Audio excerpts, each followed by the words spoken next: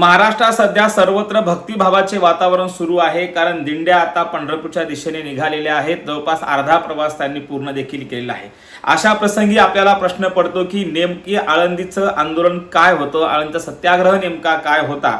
ज्या संत साहित्याने खरं तर इथल्या रंजल्या गांजल्याला आपलंसं केलं आणि त्यांच्यामध्ये त्यांना ईश्वर दिसला, असल्या रंजल्या गांजल्याची भक्ती करणारा संत विचार आणि संत परंपरा या महाराष्ट्रामध्ये असताना सुद्धा अस्पृश्यांना या दिंड्यांमध्ये नेमकं स्थान काय होतं, त्यांची काय अवस्था होती आणि त्यांना नेमका सत्याग्रह का करावा लागला, या सर्व प्रश्नांची उत्तरे या व्हिडिओच्या माध्यमातून आपण पाहणार आहोत. नमस्कार, मी डॉक्टर नागराज मगरे, शब्दयोद्धा लाईव्ह मध्ये आपल्या सर्वांचं मनपूर्वक स्वागत. आपण आमच्या चॅनलवरती नवीन असाल तर खालचं काळं बटन दाबून सबस्क्राईब करा, जेणेकरून आमचे नवे व्हिडिओज आपल्यापर्यंत येतील.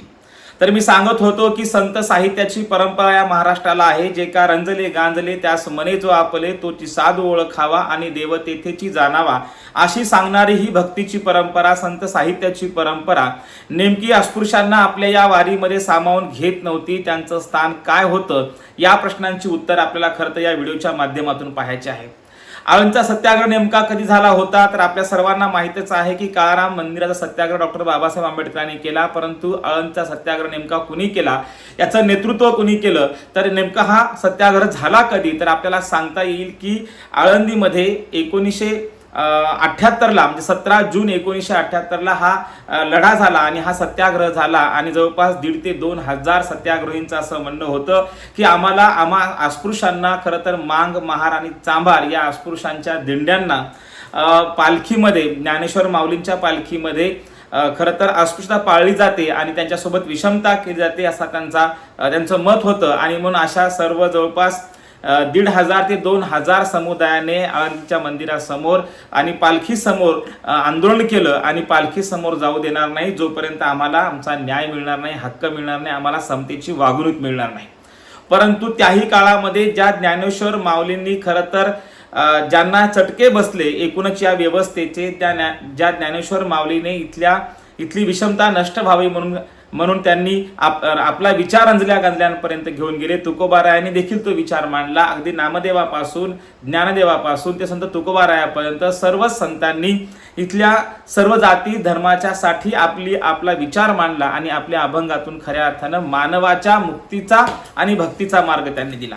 आणि मग अशा वेळी त्यांच्या या वारीमध्ये खरं तर त्यांच्या नंतर निघणाऱ्या ह्या वारीमध्ये ज्या पद्धतीने विषमता होती आणि ही विषमता नष्ट करण्यासाठी पहिल्यांदा लढा उभा केला, ते म्हणजे पंढरपूरचं मंदिरच खुलं करण्यासाठी, विठ्ठलाच्या पायाचं दर्शन घ्यायला भेटावं अस्पृश्यांना म्हणून 1947ला 1 मे ते 10 मे दरम्यान साने गुरुजींनी उपोषण केलं आणि मंदिर खुलं झालं. आणि त्यानंतर आपण पाहतोय जवळपास 47 ते 1978 म्हणजे 31 ते 32 वर्षाचा कालखंड गेल्यानंतर आपल्या लक्षात येईल की पुन्हा आंदोलन करावं लागलं, ते आळंदीमध्ये. आणि आळंदीमध्ये हे आंदोलन झालं. परंतु या आंदोलनात चिडून म्हणजे या आंदोलनकर्त्यांच्या अंगावरून घोडे घातले, त्यांना माणसं तुडवून ती दिंडी पुढे निघाली, असं त्या काळात ते आंदोलन होतं.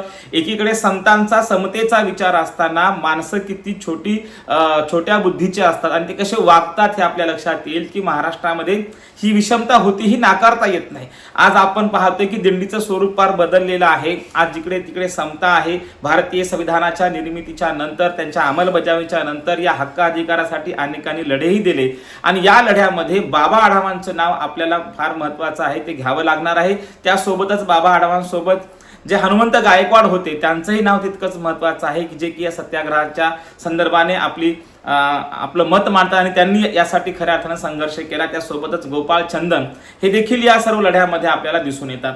तर यासाठी हा लढा जो होता, तर एकूण 26 दिंड्या ह्या ज्ञानेश्वर माऊलीच्या पालखीसोबत राहायच्या. त्यात 26 मधल्या 23 दिंड्या ज्या असायच्या त्या स्पृश्य लोकांच्या म्हणजे तथाकथित सवर्ण लोकांच्या असायच्या. आणि ज्या काही तथाकथित त्यांना मानल्या जायचं, ज्यांना अस्पृश्य मानलं होतं, अशा मांग, महार आणि चांभार यांच्या दिंड्या राहायच्या. चोखामेळा याची या महार समुदायाची, महार समाजाच्या व्यक्तीची दिंडी राहायची. त्याच्यानंतर आजामेळा या मांग समुदायाच्या व्यक्तीची दिंडी राहायची. आणि रोहिदास महाराजांची अर्थातच आपल्याला सांगता येईल की चांभार समाजाची दिंडी राहायची. या दिंड्यांना क्रमांक मात्र शेवटचे दिलेले होते, म्हणजे 23 दिंड्या ह्या समोर राहतील आणि 24, 25 आणि 26 ही मांग, महार, चांभारांची दिंडी राहील, असं वारीमध्ये त्यांना स्थान होतं. आणि मग हेच खरं तर कुठेतरी त्या काळातले सामाजिक कार्य करणारे बाबा आढावा असतील किंवा तत्कालीन हनुमंत गायकवाड ज्यांनी की हा लढा खरं तर कोर्टामध्ये देखील लढला होता, ते हनुमंत गायकवाड असतील यांनी हा लढा दिला आणि या लढ्यामध्ये खऱ्या त्यांनी सांगितलं, म्हणजे बाबा आढाव म्हणतात की जेव्हा 23 दिंड्या राहायच्या आणि 23 दिंड्यांच्या नंतर थेट ही अस्पृश्यांची दिंडी राहायची नाही, तर तिथे घोडा राहायचा की ती घोडी राहायची मानाची आणि त्यानंतर ह्या दिंड्या राहायच्या.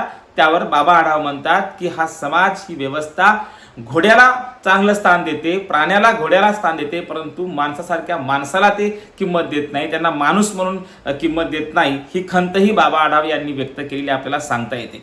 आणि मग या दिंडीमध्ये हे जे काही वातावरण होतं, अस्पृश्यांना दिंडीच्या पाठीमागे, सर्व दिंड्यांच्या पाठीमागे राहावं लागायचं, ते आंदोलन झालं. त्याच्यानंतर 1981ला खरं तर याच्यावर मग खटला दाखल झाला. तो हनुमंत गायकवाडांनी खटला लढला आणि तो खटला अस्पृश्यांच्या बाजूनेही तो निकाल लागला, त्यांच्या दलितांच्या बाजूने निकाल लागला आणि निकाल लागल्यानंतरही आता आजची नेमकी परिस्थिती कशी आहे हे आपण नक्कीच कमेंटमध्ये सांगा. परंतु भारतीय संविधानाच्या अंमलबजावणीच्या नंतर मला असं वाटतं की आज तरी सर्वच धर्माच्या जातीच्या दिंड्या ह्या त्या पालखीमधून निघत असतील, परंतु ज्या काही मानाच्या पालख्या आहेत, ज्या काही मानाच्या दिंड्या आहेत, त्या दिंड्यांमध्ये आज चोखामेळाची, म्हणजे आजच्या चोखामेळाची, आजच्या आजामेळाची आणि आजच्या संत रविदासाची दिंडी नेमकी कुठं आहे हा खरं तर शोधण्यासारखा आहे. कारण याच्यावरती आपण पाहिलं असेल की अनेक अभ्यासकांनी आपली मतं मांडली. आजची नेमकी परिस्थिती काय आहे ही आपण जर पाहिली तर सर्व वारीमध्ये आहेत, सर्व धर्माचे लोक वारीमध्ये आहेत, परंतु ज्या मानाच्या दिंड्यांमध्ये या दिंड्यांना काय स्थान आहे, यांच्या पालख्यांना काय स्थान आहे हे देखील पाहणं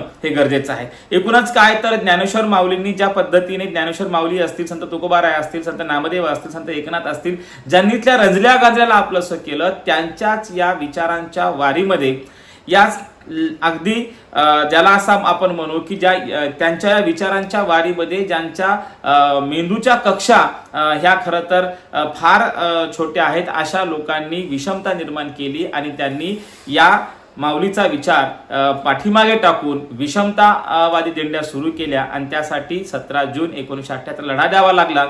माणसांवरून त्या दिंड्या पुढे गेल्या, लोकांना पायाखाली तुडून त्या दिंड्या पुढे गेल्या. खरं तर ही वारीतली विषमता त्या काळामध्ये होती. यासाठी साने गुरुजी असतील किंवा बाबा आढाव असतील, यासारखी मंडळी खरं तर त्यांनी कार्य केलं आणि इथल्या ज्या काही जी काही व्यवस्था आहे त्या व्यवस्थेला खरं तर व्यवस्थेला प्रश्न विचारला की तुम्ही घोड्यांची किंमत करता परंतु माणसांची करत नाही. आणि मग अशा याच्यावरती घोड्यांचा आदर करणारा हा समाज माणसाचा का आदर करत नाही, तो का त्याला दूर लोटतो, असा बाबा आढाव यांनी प्रश्न केलेला आपल्याला सांगता येते. गोपाळ चंदन असतील किंवा बाबा आढाव असतील किंवा हनुमंत गायकवाड असतील, यांनी हा लढा दिला आणि आपल्या सर्वांना माहितीच आहे 1981ला तसा हायकोर्टाने निकाल दिला की खरं तर याच्यामध्ये दलितांच्या बाजूने अर्थात अस्पृश्यांच्या बाजूने तो निकाल आला. आणि आज आपण पाहतोय वारीचं स्वरूप मुळात संतांच्या विचाराचं, संतांच्या साहित्याचं स्वरूपच मुळात समतेचं आहे, परंतु त्याचं नंतर जे काय आपण पाहिलं असेल की त्याचं रूप जे आहे ते विषमतावादी होत गेलं. आणि आत्ता भारतीय संविधानाच्या अंमलबजावणीच्या जवळपास म्हणजे 1978च्या नंतर, म्हणजे 81च्या नंतर असं आपण म्हणायला काही हरकत नाही, आत्ताशी कुठं तिथे आपण पाहतोय की ही समता दिसून येते, परंतु ती समता आजही त्या मानांच्या दिंड्यांमध्ये आली का नाही हे मला तरी माहीत नाही. आपल्याला माहीत असेल तर कमेंटमध्ये नक्की सांगा. एकूणच काय तर रंजल्या गांजल्याचा विचार मांडणाऱ्या संत साहित्याला नाकारून इथल्या लहान बुद्धीच्या, छोट्या बुद्धीच्या लोकांनी विषमता निर्माण केली होती. आणि या विषमतेच्या विरोधामध्ये साने गुरुजी असतील, बाबा आढाव असतील किंवा हनुमंत गायकवाड असतील किंवा गोपाळ चंदन असतील, या सर्व मंडळींनी खरं तर यासाठी लढा दिला. त्यांच्या लढ्याचं फलित आज आपण पाहतोय काय झालंय. तर स्वाभाविक आहे की नेमकं याच्यामध्ये वातावरण कसं आहे, परंतु 78 ते 81 पर्यंत जवळपास ही विषमता वारीमध्ये होती हे आपल्याला नाकारता येत नाही. जिथे समतेची पताका असते तिथे विषमतेच्याही पताका होत्या असं म्हणायला काही हरकत नाही, परंतु तो विचार मात्र विषमतेचा नव्हता, तो विचार मात्र समतेचा होता हे नाकारता येत नाही. आणि म्हणून आपण जे पाहतोय की आज जे काही विठ्ठलाच्या वारीचं स्वरूप आहे ते सर्व धर्मीय, सर्व जातीय झालंय, परंतु मानांच्या पालख्यांमध्ये काय चाललंय हा मोठा प्रश्न आहे. धन्यवाद.